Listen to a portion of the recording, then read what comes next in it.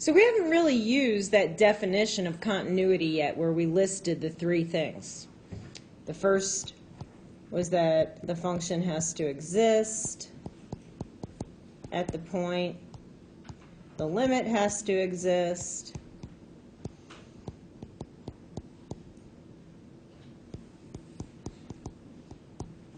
or is defined. Step 1 and 3 was that they have to match.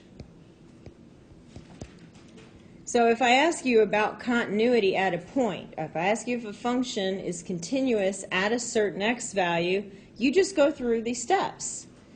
So I want to know, is x squared plus 4 over x minus 2 continuous at 3?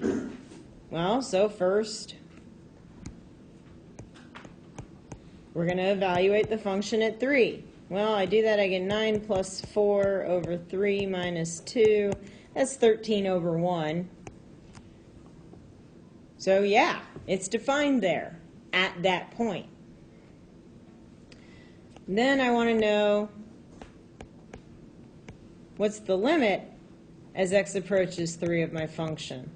Well, that would just be direct substitution, which is really what we did in step 1, right? So we'll get 13. They match, so the answer to this is yes, it's continuous at 3. Would it be continuous at 2?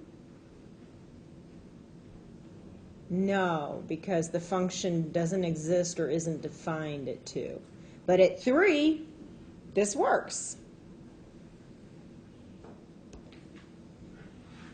All right, so this one, we got a piecewise function, and I want to know if it's continuous at 6. Well, 6 is where the interesting things are happening. That's where my piecewise function is changing. Step 1, is my function defined at x equals 6? Well, yeah, that's row 2, right?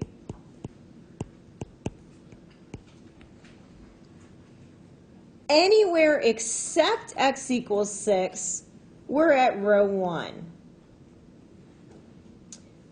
So if I want to find the limit as x approaches 6, that means we're not looking at 6. We're looking just to the left and the right. That means I'm at row 1.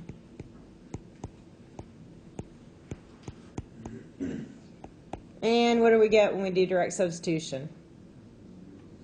We get 0 over 0. So we're going to do one of our tricks, and we're going to factor it. Numerator is a difference of squares.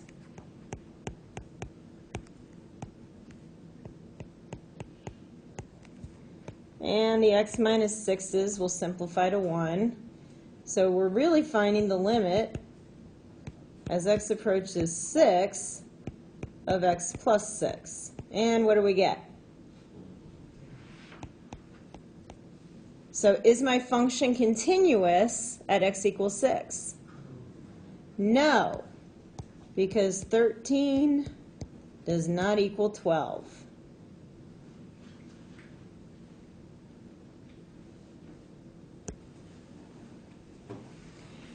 Okay, in this piecewise function, I'm defined differently from the left than I am at the point than I am from the right. Okay, so row 1 is telling me coming at 1, which is what we're interested in here, from the left.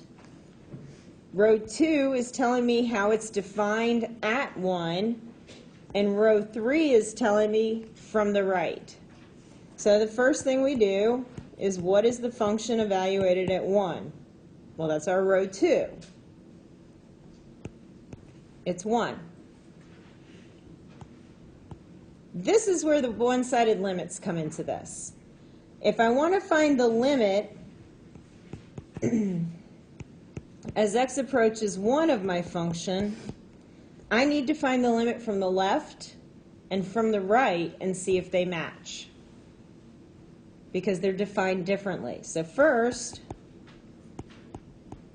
we'll do from the left, which would be row 1. We do a direct substitution. I get 2 minus 1 is 1.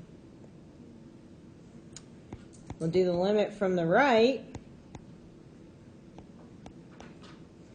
which would be row 3.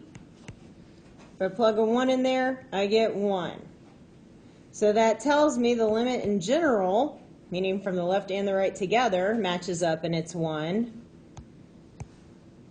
And our function's defined as being 1, so they match, so we would say it's continuous